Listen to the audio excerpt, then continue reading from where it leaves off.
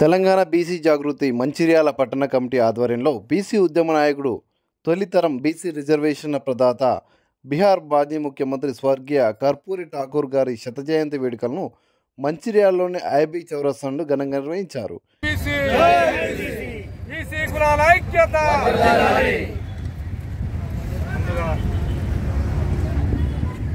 దివంగత నాయకులు భారతరత్న నిన్ననే ప్రకటించబడ్డది. కర్పూరి ఠాకూర్ గారి శత జయంతి సందర్భంగా తెలంగాణ బీసీ జాగృతి పట్టణ కమిటీ, నియోజకవర్గ కమిటీ ఆధ్వర్యంలో పడ్డ మంచిర్యాల ఐటీ చౌరస్తాలో ఒక కార్యక్రమం ఘనంగా నిర్వహించుకోవడం జరుగుతుంది. ఈ యొక్క కార్యక్రమానికి వివిధ బీసీ కులాల నుంచి, అదేవిధంగా నాయ బ్రాహ్మణ సోదరులు, నాయ బ్రాహ్మణ సంఘం కూడా ఈ యొక్క కార్యక్రమానికి విచ్చేసినందుకు వారందరికీ కూడా కర్పూరి ఠాకూర్ గారి శత జయంతి శుభాకాంక్షలు తెలియజేస్తా ఉన్నారు. కర్పూరి ఠాకూర్ గారు ఒక నిరుపేద కుటుంబంలో పుట్టినటువంటి వ్యక్తి. నాయ బ్రాహ్మణ సామాజిక వర్గం నుంచి వచ్చి విద్యార్థి దశ నుంచి కూడా ఒక ఉద్యమ స్ఫూర్తితో నడిచినటువంటి మహానాయకుడు. ఆయన 2 సార్లు ముఖ్యమంత్రి చేసినప్పటికీ కూడా సామాన్యులు జీవించేటటువంటి ఇంట్లోనే జీవించిండు. దాని తర్వాత పార్లమెంటరీ సభ్యుడే ఉండి కూడా సైకిల్ మీద పార్లమెంటుకు పోయినటువంటి చాలా నిజాయితీపరుడు. ఆయన ఆదర్శంగా మహనీయుల స్ఫూర్తితోని మనం కూడా సమాజానికి కానీ, బీసీ సమాజానికి కానీ ఏదో ఒకటి చేసే విధంగా మహనీయుల స్ఫూర్తిని తీసుకోవాల్సినటువంటి అవసరం ఉంటుంది. బీసీ రిజర్వేషన్ ప్రదాత, ఉద్యోగ విద్యల 27% రిజర్వేషను బీసీ ముఖ్యమంత్రిగా ఉండి చేయగలిగింది. కాబట్టి బీసీలందరూ కూడా రాజకీయ చైతన్యవంతులు కావాల్సినటువంటి అవసరం ఉంది.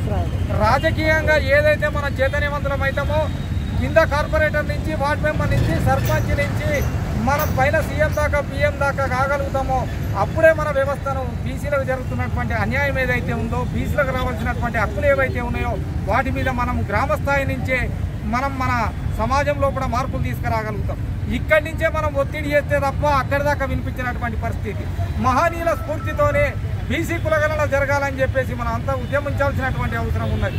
బీసీలకు 50% రాజకీయ రిజర్వేషన్ కావాలని చెప్పేసి అనేక సంవత్సరాల నుంచి అనేక కుల సంఘాలు డిమాండ్ చేస్తున్నప్పటికీ కూడా ఇవాళ ప్రభుత్వంలో ఉన్నటువంటి, కేంద్రంలో ఉన్నటువంటి ప్రభుత్వం ఏదైతే ఉందో పెడచెవిన పడతా ఉన్నది. ఆ ప్రభుత్వాల మీద ఒత్తిడి చేయాలంటే మన అందరం కూడా సంఘటితంగా ఉండాల్సినటువంటి అవసరం ఉన్నది. మహనీయుల స్ఫూర్తితోని కులాలకు అతీతంగా మనం అందరం బీసీలమని ఒక దాటిపైకి రానప్పుడు కులగణన జరగదు. బీసీలకు 50% రాజకీయ రిజర్వేషన్ కూడా రానటువంటి సందర్భం. కాబట్టి మన బీసీలకు జరుగుతున్నటువంటి అన్యాయం ఏదైతే ఉందో, కులగణన జరగనంతసేపు, మనకు కేంద్రంలో బీసీ శాఖను ఏర్పాటు చేయనంత సేపు మనకు విద్యా ఉద్యోగాలల్లో అన్యాయం జరుగుతూనే ఉంటుంది. ఆ అన్యాయాన్ని మనం ఎదిరించి మాట్లాడాలంటే మనకు స్ఫూర్తిదాయకంగా మహనీయులను చరిత్ర తెలుసుకోవాల్సినటువంటి అవసరం ఉన్నది.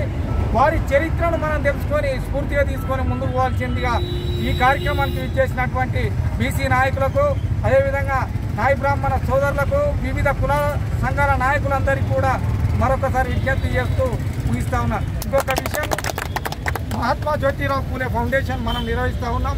పెద్దలు ఇప్పుడు ఏదైతే చెప్పిందో అదేవిధంగా పేద విద్యార్థుల కోసం కావచ్చు, ఇంకేదైనా అవసరం ఉంటే, ఎక్కడైతే సామాజికంగా మనకు కొంత అవసరం ఉంటుందో ఆ అవసరాల రీత్యా మహాత్మా జ్యోతిరావు పూలే ఫౌండేషన్ ముందుంటుంది. అన్నగారు చెప్పినట్టుగా అందరు దాతల సహకారంతో పేద విద్యార్థుల చదువు కోసం కావచ్చు, గరీబులకు ఎవరికన్నా అనారోగ్యంగా ఉంటే కావచ్చు, ఇంకేదైనా అవసరం ఉంటే తెలంగాణ బీసీ జాగృతే కాదు, మహాత్మా జ్యోతిరావు పూలే ఫౌండేషన్ కూడా ఉంటుంది.